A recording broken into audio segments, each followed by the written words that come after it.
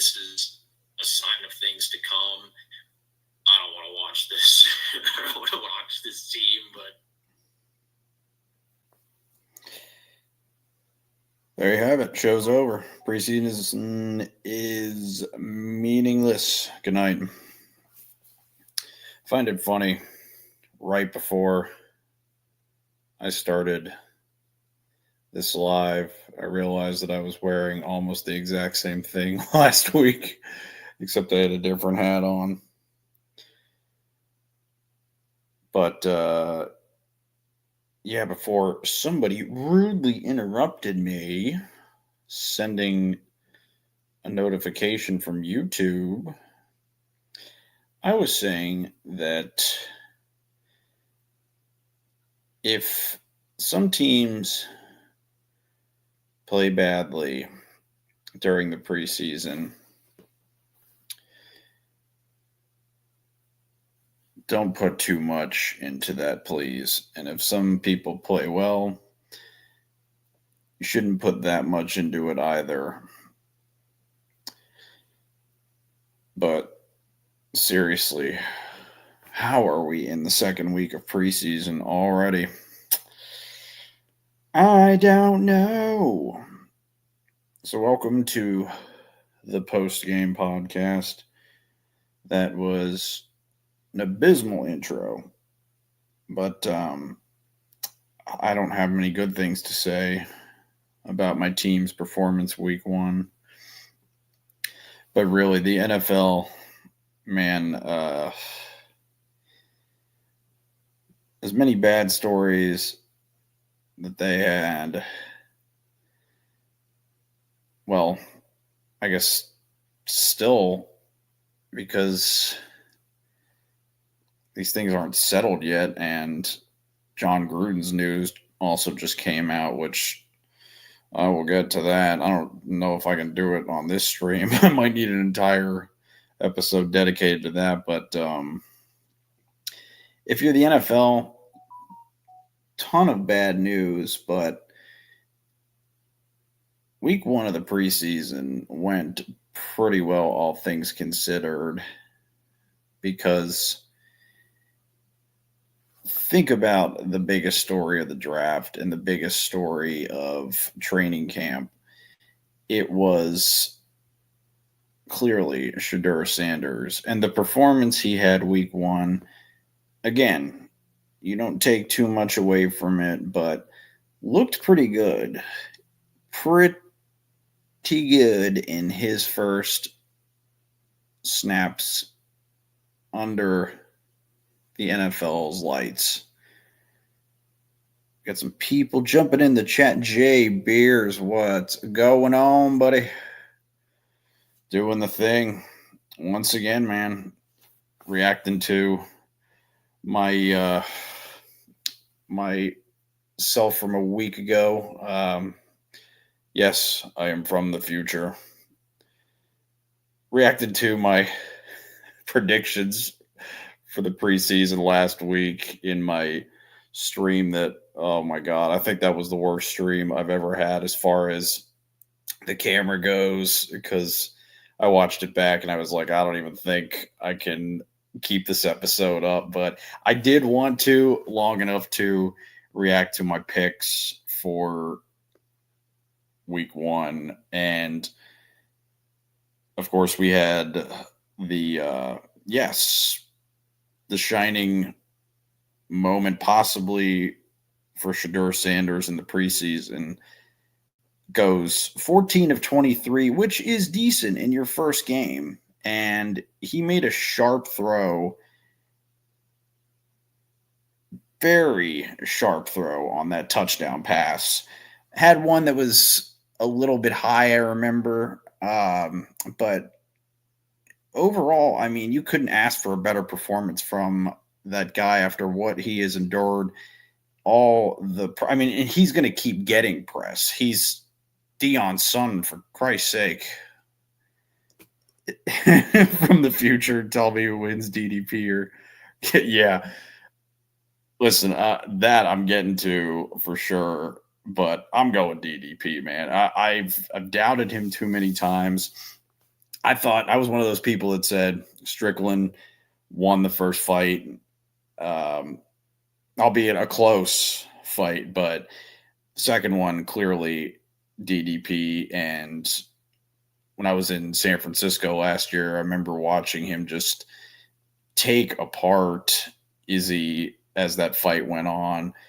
And I was like, at the same time, I feel like Izzy and Strickland are not challenges enough for him because Sean, love him or hate him, the guy just he's not been showing up in fights lately. It's been, I mean, and that's where when he was in the cage yelling at that fighter, what, like a month and a half ago, and got the suspension from it, people were making the jokes about what is he going to jab him to death when he gets in there, teep away. But it makes sense to say that because that's what he did. He just didn't have flat. I may as well call him flat-footed in that second fight against DDP. It was so frustrating to watch, man, because Sean talks a lot, but been through a lot too in his life. And if you know his story, you're not upset if he wins, if you're truly a fan of the UFC. But I also like DDP. There's no reason to dislike that guy. I mean, how much trouble does he get in outside of the cage? What his most controversial thing is getting a little bit too, having a 17-year-old movie theater moment with his coach. All right. But the guy wins and there's no controversy tied to him. I'm taking DDP in this one. Sean won that first fight, but DDP came back and learned from his holes in that. And I don't see it be, I think Hamzat will drag him to a decision. I just feel like this one is going to be hyped up like there's going to be a finish. And then for some reason, it's going to have some moments, but it's going to go to decision. And Hamzat loses, but gets respect because we finally see that he has enough of a gas tank to take himself to the fifth round. Maybe I'm wrong, but I feel like DDP will have just enough of ground game to smother his takedown attempts up against the cage. That's where I'm very interested to see if DDP will have him in, just spots that we've not really seen Hamzat in a lot, because I don't know how long it's going to take for him to shoot for the first takedown. Is DDP going to try and keep it standing like he did against Till, and then maybe Hamzat's tired and he takes over? It's all up in the air right now. That's the good thing about Hamzat not fighting this long, is that he has that on his side. He's the mystery man going in there. So we don't know, but I've seen enough from DDP to know that the lights are not going to be too bright for him. And you can clip that if you would like to, folks, because I'm saying it right here, right now. Yes, DDP will drag him to a decision, but Hamzat will look good. I think so. And that second fight with Strickland, I mean, it's not even like DDP had this dominant performance.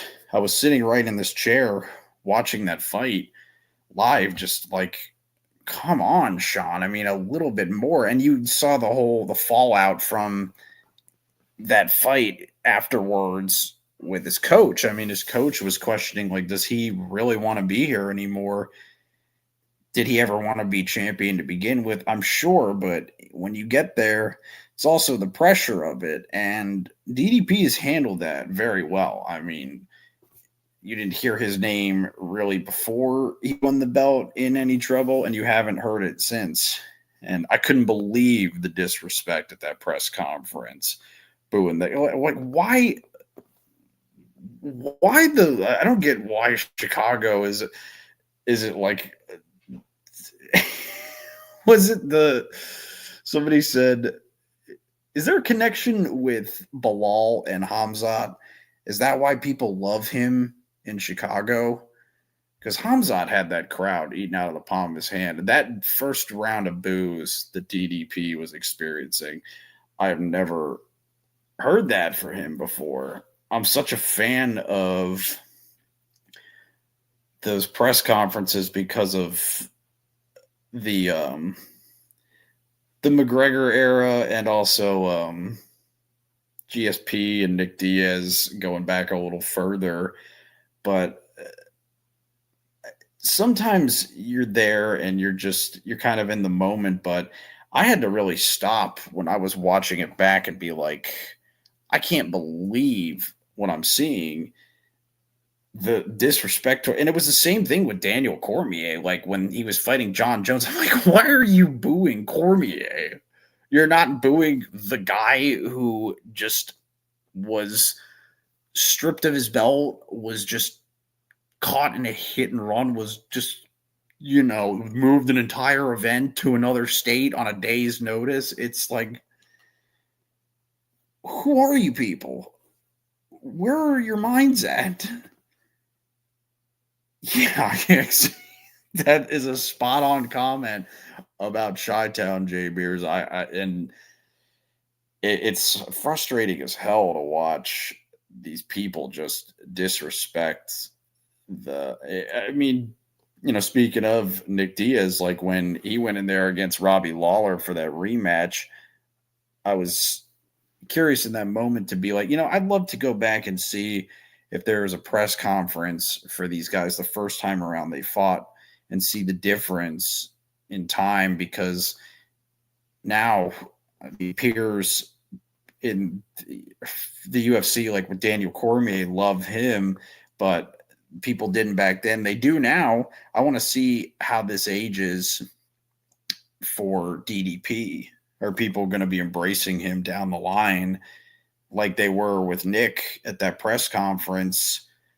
Because who knows, maybe there was a press conference and they hated Nick back then, people who just didn't understand him. But I don't think there's anything to not understand with DDP. It's just, I started out with football and I ended up here.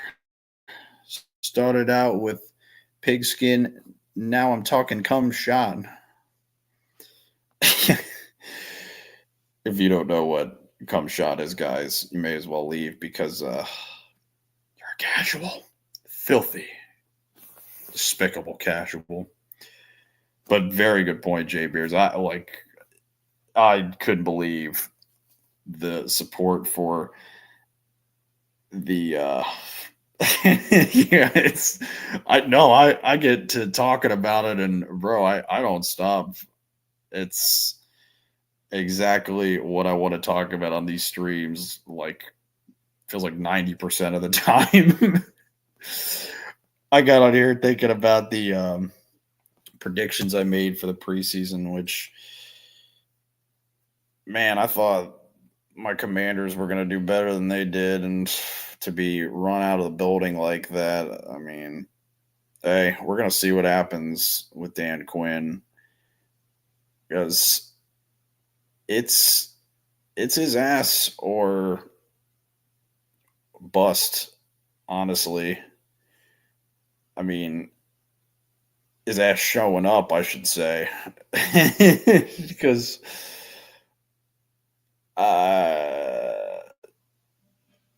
I mean, you got to have a bust in Canton.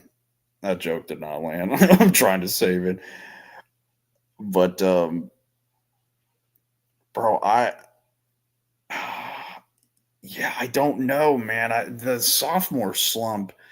I'm reading the chat live right now, but I don't know with Jaden. I feel like they went out there and were like half speed, and it makes me wonder if it was in some of that intentional.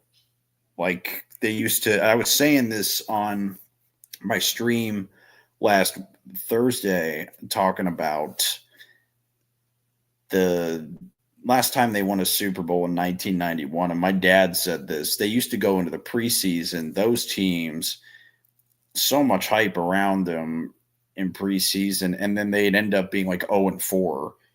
They lost one game like 6-3, that kind of stuff.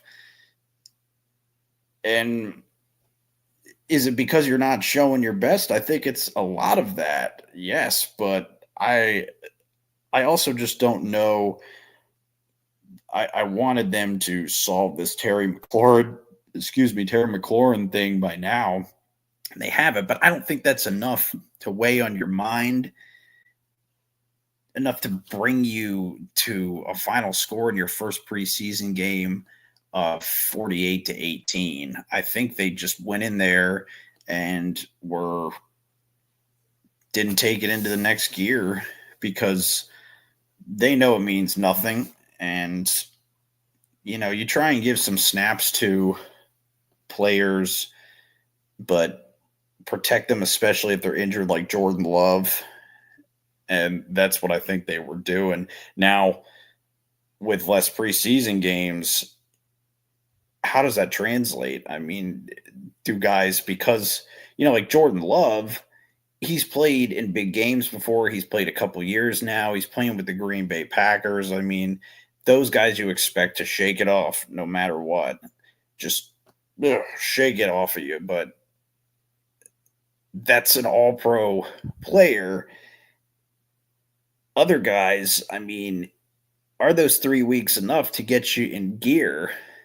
Like with the lower level players, and then guys up at like Travis Hunter's level. I mean, especially when you're playing two positions, I can't wait to see how this plays out. And I mean, talking about the junk of Terry McLaurin's contract situation, that's the worst that the Commanders are going through right now.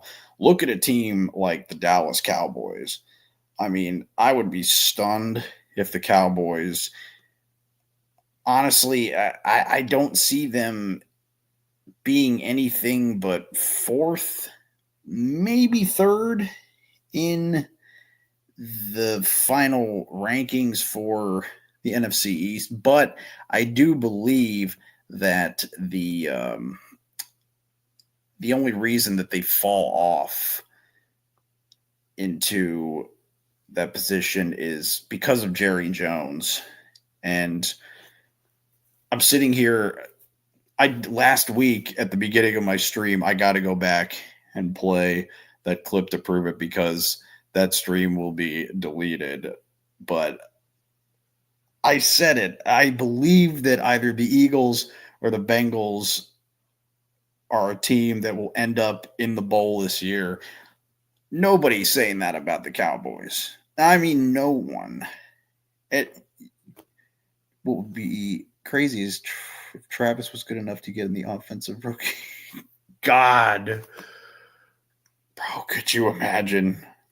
Could you imagine that man gets both of those his first year, or gets NFL MVP, and it's the first time that anybody's done that on both sides of the ball that I know of? Yeah, I don't think there's ever been a guy who won NFL MVP and was offensive and defensive. If there is, anybody knows in the chat, hey, shout their name out right now. I mean, I know there's been co-MVPs in the Super Bowl before, but it's that rare. You want to know a rare fact? This is so random, but the Dallas Cowboys are the only team to have a Super Bowl MVP on a losing team in the Super Bowl, and the only team to have co-MVPs in the Super Bowl, which I believe there are so many teams that should have had MVPs on their championship winning team, more than one, but tends to always go to the quarterback, just like the Heisman always tends to go to an offensive player, except Charles Woodson. Immediately I started thinking about that SB's joke that Norm Macdonald told and Shane Gillis just told again.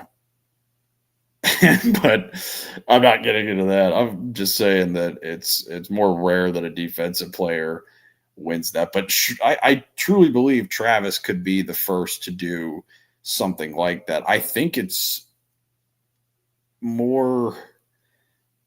I think more people would guess that he could win offensive and defensive rookie of the year as opposed to being the NFL's MVP on the offensive and defensive side. Because I want to say that that's happened before, but not since like what, the 40s, something like that. I don't know, maybe 50s. Because I want to say Sammy Baugh did that, and technically he was a quarterback and a special teams guy because there was less less special teams back in that era, so he was the punter, which is wild to think about. And then I'm remembering now there actually was another crazy Cowboys fact that I think they were the next team after Sammy Baugh to have, or no, what's his name? George Blanda. He was a kicker. And then Danny White was a punter for the Dallas Cowboys. But I'm getting off on a tangent. I'm just saying it's something that could happen and that would be rare. That would be something that I don't think anybody does for decades, to be an offensive and defensive player winning Rookie of the Year.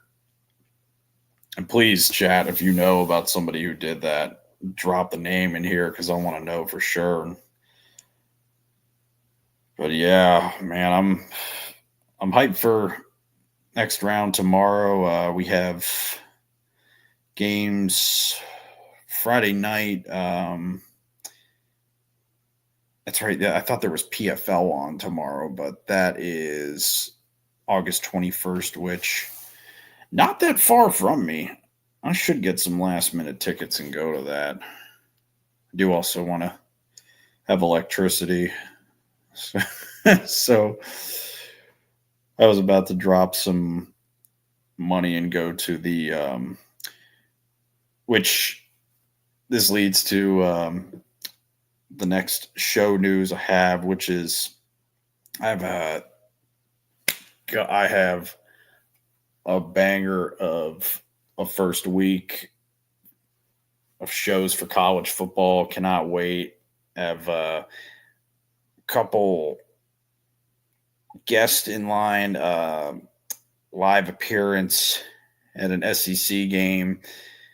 You name it, man. I'm going to be all over this country covering first week of games. And yeah, if there is PFL tomorrow, best believe I'm going to have my laptop queued up to that and my phone back and forth for the NFL games, which it's good it's tomorrow because I have Saturday off, so I can watch that as opposed to tomorrow. I'm up so early. I'm so glad. I woke up this morning. I was so glad. But guys, yeah, I don't think you should put too much into the first week of preseason, but Shadura looked good. A guy kicked a 70-yard field goal. I mean, that's it. That's it. And Shador looking good. I'm not putting too much into. It's just that good for him, silencing his critics and having a good performance when called upon. I know he just had a conversation with Jalen Hurts at their joint practice, and he gave him some good advice. And that goes a long way, man. I mean, to have a guy of his stature in his ear. I mean, I'm not sleeping on Shador, man. I mean, Flacco, we know the age he is. And Dylan Gabriel, I mean, I guess they saw enough in him to pick him up, but is he going to pan out for them? I don't know if that guy is pro material. Just as, some people are saying that about Jackson Dart. I know that a guy that Jay Beers in the chat and I know from another stream, he's a big Giants fan. He's all or nothing with Jackson Dart. And I mean, do I think he's a better athlete than Eli Manning? Yes. Do I think that he can produce like Eli Manning did? We'll find out, folks. Yeah, exactly. They have that game in Ireland. I forgot all about that. Yeah, that's going to be because I knew my buddy is in Austin. His brother went to Texas, so he's a massive Horns fan, and I'm going to be covering that game, of course, with special guests connected to the state of Texas. Forgot that it was in Dublin, though, man. That's going to be, because last year was Florida State lost in the opening game.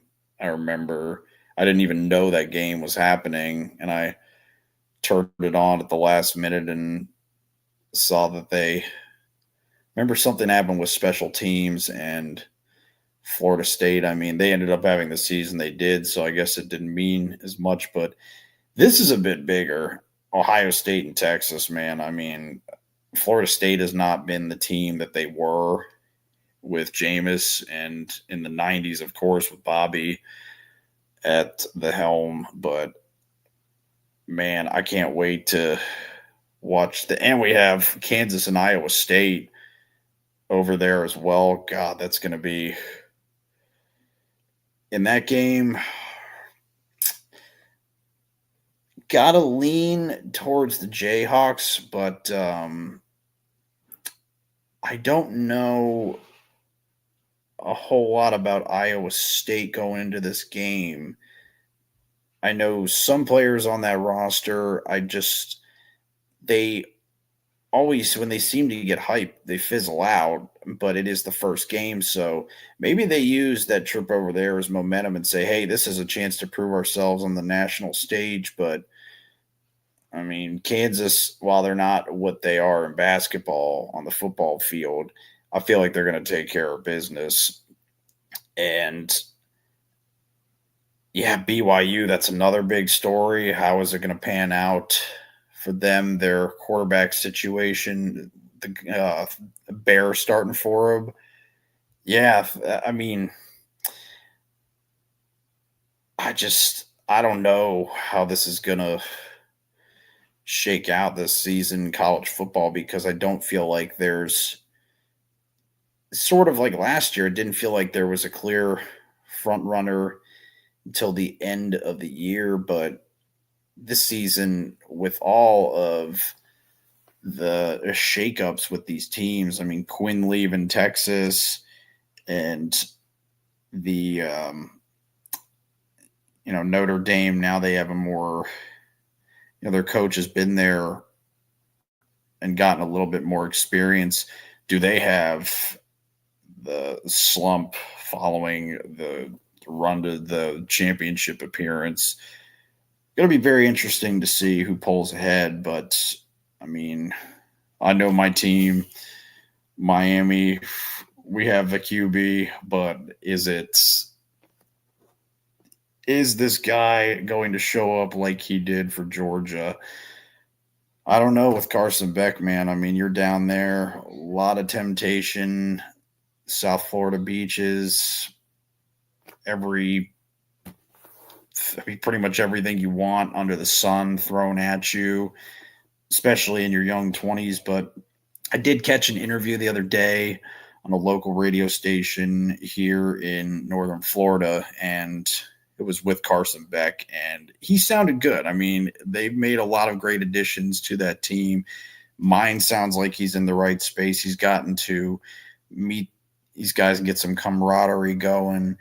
I feel like Miami is going to – will they get to the point they did last year? I don't know, but I believe that they have the potential to do even better. And that's saying a lot considering Cam won the Heisman. Miami better not let me down, bro. I have put up with that team for so long, and I've watched friends of mine kind of jump ship on that team who like them. I've taken abuse before, all the way back to 2007 when they ended that season, basically the night they lost 48-0 to UVA and the Orange Bowl shut down on a 48-0 loss. I just, man, I can't wait to see what happens, but I will at least take Miami to finish better than Florida State does. That's for damn sure. Because,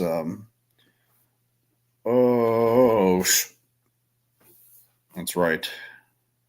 Slice those arms off. Yeah, and I mean, they've exactly the pickups that you've made.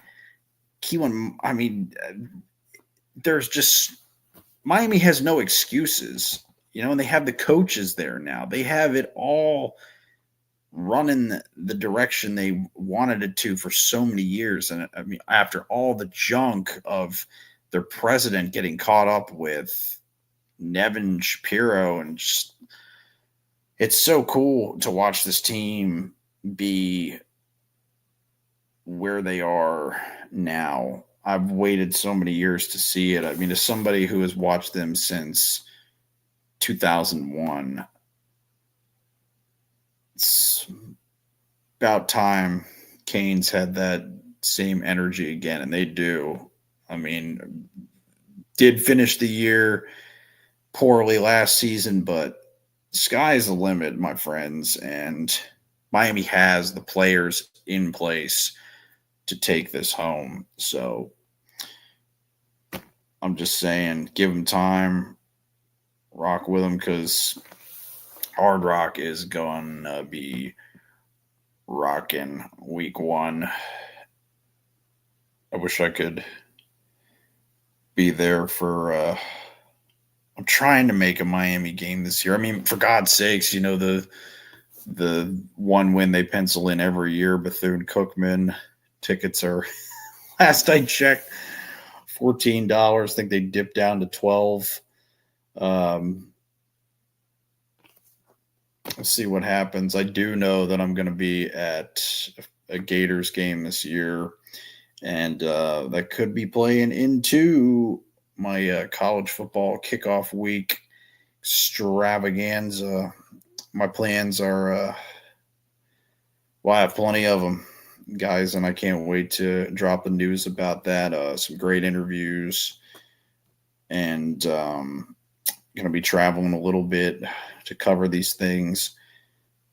Soon enough, man, it'll be October, and I'll be moving into MLB playoff coverage, which will not include my team.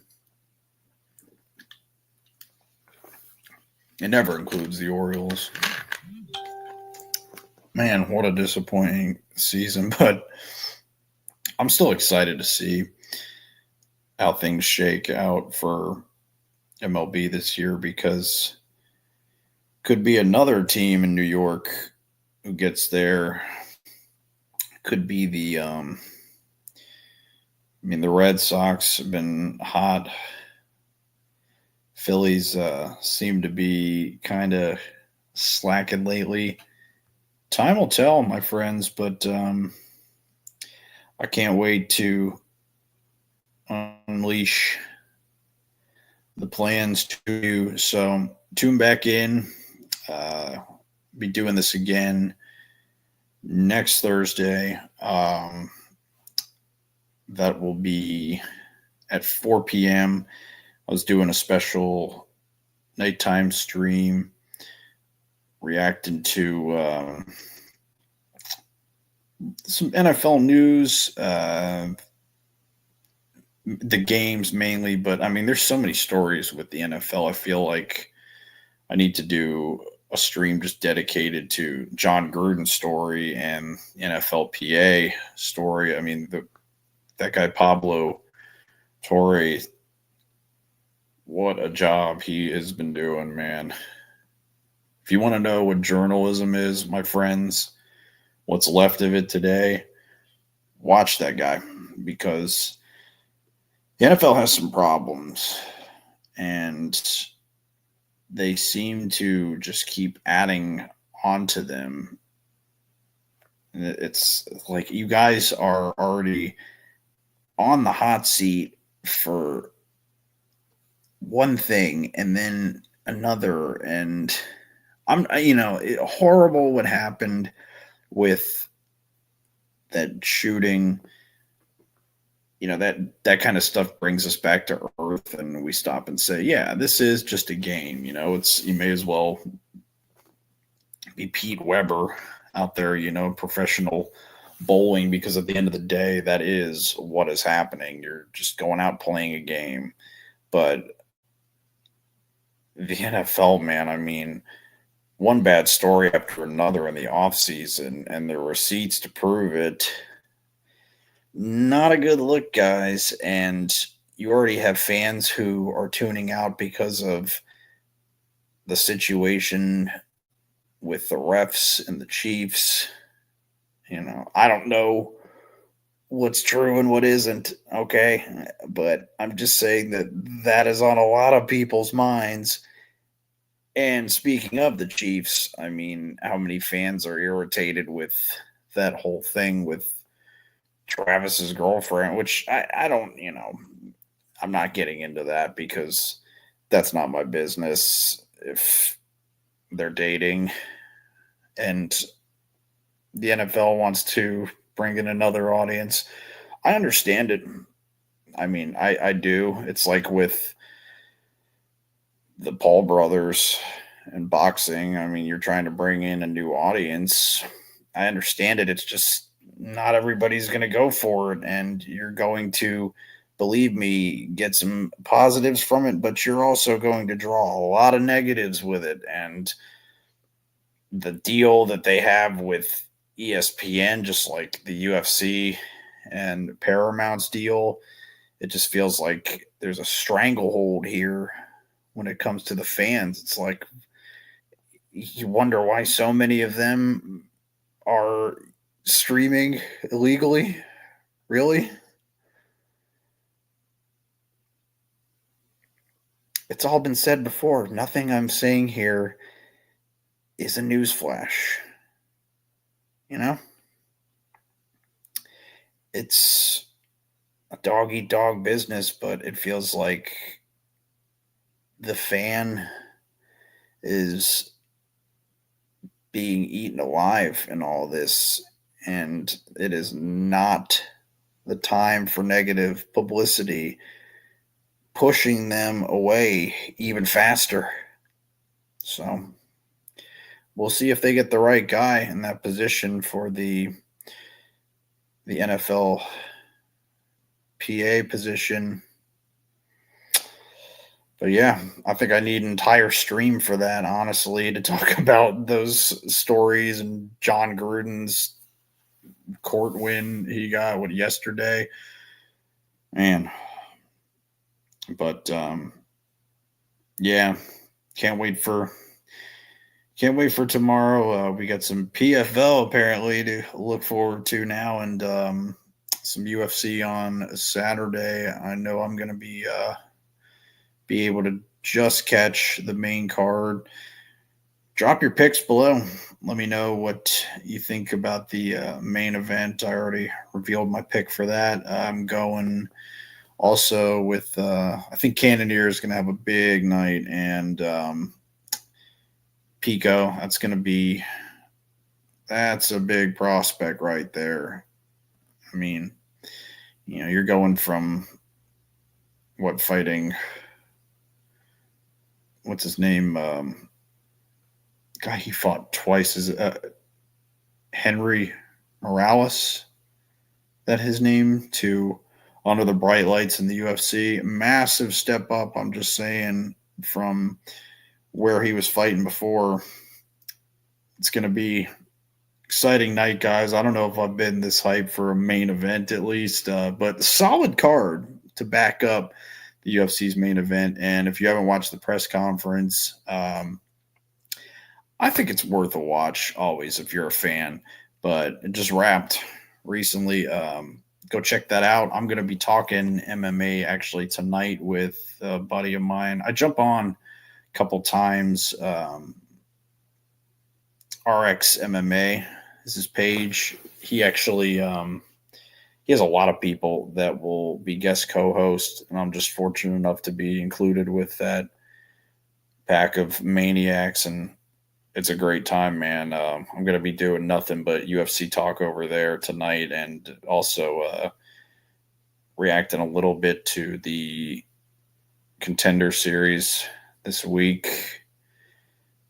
A lot of big things happening in the UFC. I mean, we could even get into Ariel's beef with the worst Paul brother. No, no. Let's just talk about interesting stories. But guys, thanks for tuning in. I am a wild card out.